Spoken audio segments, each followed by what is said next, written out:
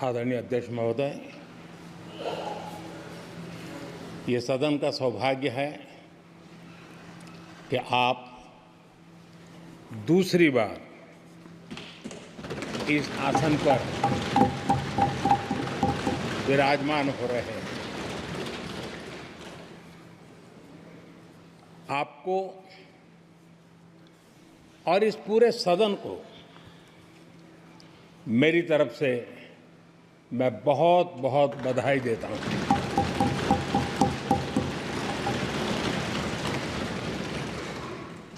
आदरणीय अध्यक्ष जी, मेरी तरफ से आपको शुभकामनाएं हैं, लेकिन इस पूरे सदन की तरफ से भी आपको अनेक अनेक शुभकामनाएं। अमृत काल के इस महत्वपूर्ण कालखंड में दूसरी बार इस पद पर विराजमान होना बहुत बड़ा दायित्व आपको मिला है और आपका 5 वर्ष का अनुभव और आपके साथ हम लोगों का 5 साल का अनुभव, हम सबका विश्वास है कि आप आने वाले 5 साल हम सबका मार्गदर्शन भी करेंगे और देश की आशा अपेक्षाएं पूर्ण करने के लिए ये सदन अपना दायित्व निभाने में आपकी बहुत बड़ी भूमिका रहेगी। आदरणीय अध्यक्ष जी, हमारे शास्त्रों में कहा गया है कि विनम्र और व्यवहार कुशल व्यक्ति सफल सहज रूप से होता है, और आपको तो उसके साथ साथ एक मीठी मीठी मुस्कान भी मिली हुई है। आपके चेहरे को ये मीठी मीठी मुस्कान पूरे सदन को भी प्रसन्न रखती है। मुझे विश्वास है आप हर कदम पर नए प्रतिमान, नए कीर्तिमान गढ़ते आए हैं। 18वीं लोकसभा में स्पीकर का कार्यभार दूसरी बार संभालना ये अपने आप में एक बड़ा नया रिकॉर्ड बनते हम देख रहे हैं।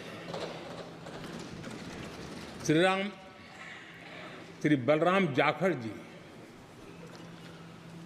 वो पहले ऐसे अध्यक्ष थे जिन्होंने 5 साल कार्यकाल पूरा करके फिर दोबारा उनको स्पीकर बनने का अवसर मिला था। उसके बाद आप हैं जिन्हें 5 साल पूर्ण करने के बाद दोबारा इस पद पर आसीन होने का अवसर मिला। गत 20 साल का एक ऐसा कालखंड रहा है कि ज़्यादातर स्पीकर या तो उसके बाद चुनाव नहीं लड़े हैं या तो जीत करके नहीं आए हैं। आप समझ सकते हैं कि स्पीकर का काम कितना कठिन है कि उसके लिए दोबारा जीतना मुश्किल हो जाता है, लेकिन आप जीत करके आए हैं, इसके लिए एक नया इतिहास आपने गढ़ा। आदरणीय अध्यक्ष जी, इस सदन में ज़्यादातर हमारे सभी माननीय सांसद आपसे परिचित हैं, आपके जीवन से भी परिचित है, और पिछली बार मैंने इस सदन में आपके संबंध में काफ़ी कुछ बातें रखी भी थी और मैं आज उसको दोहराना नहीं चाहता हूं, लेकिन मैं एक सांसद के रूप में और हम सभी सांसद के रूप में आप जिस प्रकार से एक सांसद के नाते काम करते हैं, ये भी जानने योग्य है और बहुत कुछ सीखने योग्य है। मुझे विश्वास है कि आपकी कार्यशैली एज ए सांसद भी हमारे जो फर्स्ट टाइमर सांसद हैं, हमारे युवा सांसद हैं, उनको जरूर प्रेरणा देगी। आपने अपने कार्यक्षेत्र में, संसदीय क्षेत्र में स्वस्थ माँ और स्वस्थ शिशु एक कमिटमेंट के साथ जो अभियान चलाया है और सुपोषित माँ, इस अभियान को आपने जिस प्रकार से अपने क्षेत्र में प्राथमिकता देकर के खुद को इन्वॉल्व करके किया है, वो वाकई प्रेरक है। आपने कोटा के ग्रामीण क्षेत्रों में हॉस्पिटल ऑन व्हील्स, ये भी एक मानव सेवा का उत्तम काम, जो राजनीतिक कामों के सिवाय करने वाले कामों में आपने चुना है, वो भी अपने आप में गांव-गांव लोगों को स्वास्थ्य सेवाएं पहुंचाने में मदद कर रहा है। आप नियमित रूप से गरीबों को कपड़े, कंबल, मौसम के अनुसार छाता की जरूरत है छाता, जूते, ऐसी अनेक सुविधाएं समाज के आखिरी तबके के जो लोग हैं उनको खोज करके पहुंचाते हैं। खेलों में प्रोत्साहन देना आपके क्षेत्र के युवकों में, ये आपने एक प्राथमिकता के रूप से काम उठाया है। आपके पिछले कार्यकाल में 17वीं लोकसभा में मैं कहता हूं कि संसदीय इतिहास का वो स्वर्णिम कालखंड रहा है। आपकी अध्यक्षता में संसद में जो ऐतिहासिक निर्णय हुए हैं, आपकी अध्यक्षता में सदन के माध्यम से जो सुधार हुए हैं, ये अपने आप में एक सदन की भी और आपकी भी विरासत है। और भविष्य में 70वीं लोकसभा के संबंध में जब विश्लेषण होंगे, उसके विषय में लिखा जाएगा,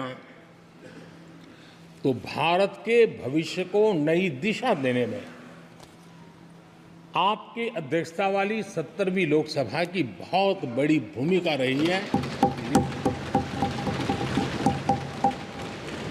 आदरणीय अध्यक्ष जी, 17वीं लोकसभा में नारी शक्ति वंदन अधिनियम 2023, जम्मू कश्मीर पुनर्गठन विधेयक, भारतीय न्याय संहिता, भारतीय साक्ष्य बिल, भारतीय नागरिक सुरक्षा संहिता, सामाजिक सुरक्षा संहिता, digital personal data protection bill, मुस्लिम महिला विवाह अधिकार संरक्षण विधेयक, transgender persons protection of rights bill, consumer protection bill, direct tax, विवाद से विश्वास विधेयक, सामाजिक, आर्थिक और राष्ट्रीय महत्व के ऐसे कितने ही महत्वपूर्ण ऐतिहासिक कानून 17वीं लोकसभा में आपकी अध्यक्षता के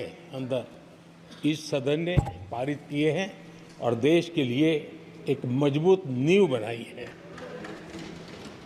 जो कार्य आजादी के 70 साल में नहीं हुए, आपकी अध्यक्षता में इस सदन ने इसको करके दिखाया।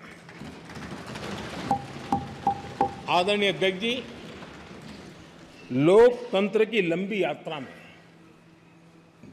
कई पड़ाव आते हैं। कुछ अवसर ऐसे होते हैं जब हमें कीर्तिमान स्थापित करने का सौभाग्य मिलता है। 17वीं लोकसभा में उपलब्धियां, मुझे पूरा विश्वास है देश आज भी और भविष्य में उसका गौरव करेगा। आज देश अपनी आकांक्षाओं की पूर्ति के लिए भारत को आधुनिक बनाने की दिशा में जब हर तरह से प्रयास हो रहे हैं, मैं मानता हूं कि ये नया संसद भवन भी अमृतकाल के भविष्य को लिखने का काम करेगा और वो भी आपकी अध्यक्षता में। नए संसद भवन में हम सबका प्रवेश आपकी ही अध्यक्षता में हुआ और आपने संसदीय कार्यप्रणाली को प्रभावी और जिम्मेदार बनाने का कई महत्वपूर्ण फैसले लिए हैं और इसलिए लोकतंत्र को मजबूती देने में मदद मिली है। लोकसभा में हम पेपरलेस डिजिटल व्यवस्था से आज काम कर रहे हैं। पहली बार आपने सभी माननीय सांसदों को ब्रीफिंग के लिए एक व्यवस्था खड़ी की। इससे सभी माननीय सांसदों को भी आवश्यक रेफरेंस मटेरियल मिला। उसके कारण सदन की चर्चा अधिक पुष्ट हुई और ये आपका एक अच्छा इनिशिएटिव था जिसने सांसदों में भी विश्वास पैदा किया। हाँ, मैं भी कुछ कह सकता हूँ, मैं भी अपने तर्क दे सकता हूँ। तो एक आपने अच्छी व्यवस्था को विकसित किया है। आदरणीय अध्यक्ष जी, G20 भारत की सफलता के एक महत्वपूर्ण पृष्ठ है, लेकिन बहुत कम चर्चा हुई है, वो है P20। और आपके नेतृत्व में G20 देशों के जो पीठासीन अधिकारी हैं, स्पीकर्स हैं, उनका सम्मेलन आपकी अध्यक्षता में हुआ और अब तक P20 के जितने सम्मेलन हुए हैं उसमें ये ऐसा अवसर था कि दुनिया के सर्वाधिक देश आपके निमंत्रण पर भारत आए और बहुत ही उत्तम प्रकार के निर्णय उस समिट में हुए और उसने विश्व में भारत की लोकतंत्र की जो प्रतिष्ठा है उसको गौरव देने में बहुत बड़ा रोल अदा किया है। आदरणीय अध्यक्ष जी, ये हमारा भवन ये सिर्फ 4 दीवारें नहीं है। हमारा ये संसद 140 करोड़ देशवासियों की आशा का केंद्र है।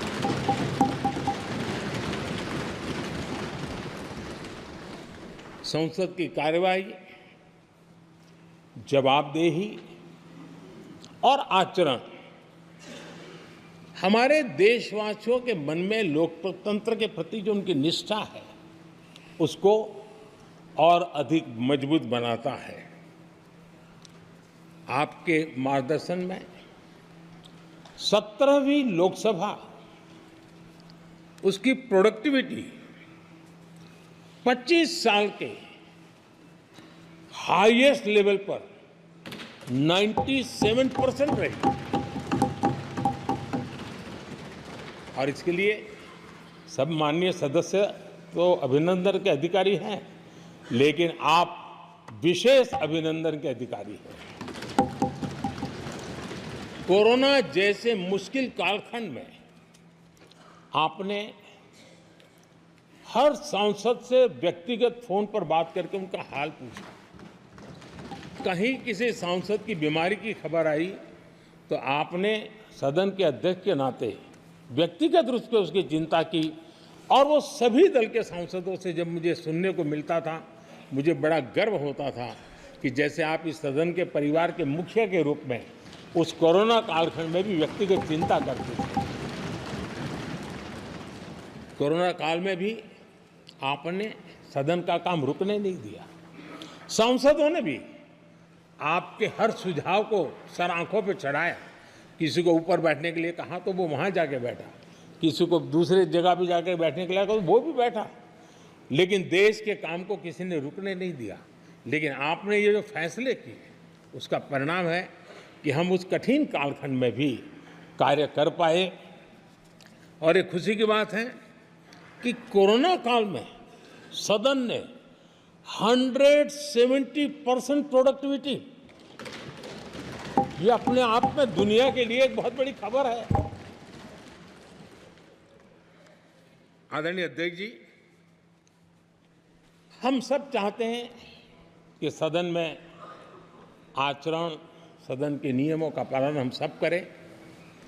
और आपने बड़े सटीक तरीके से, संतुलित तरीके और कभी-कभी कठोरता के साथ भी फैसले लिए हैं। मैं जानता हूं कि ऐसे निर्णय आपको पीड़ा भी देते हैं, लेकिन सदन की गरिमा और व्यक्तिगत पीड़ा के में आपने सदन की गरिमा को पसंद किया और सदन की परंपरा को बनाने का प्रयास किया। ये साहसपूर्ण काम के लिए भी आदरणीय अध्यक्ष जी, आप अभिनंदन के अधिकारी हैं। मुझे विश्वास है आदरणीय अध्यक्ष जी, आप तो सफल होने ही वाले हैं, लेकिन आपकी अध्यक्षता में यह 18वीं लोकसभा भी बहुत सफलतापूर्वक देश के नागरिकों के सपनों को पूर्ण करेगी। मैं फिर एक बार आपको इस महत्वपूर्ण दायित्व के लिए और देश को विकास की नई ऊंचाइयों पर ले जाने वाले इस सदन की अध्यक्षता के लिए हृदय से बहुत बहुत शुभकामनाएं देता हूं, बहुत बहुत बधाई देता हूं। श्री राहुल गांधी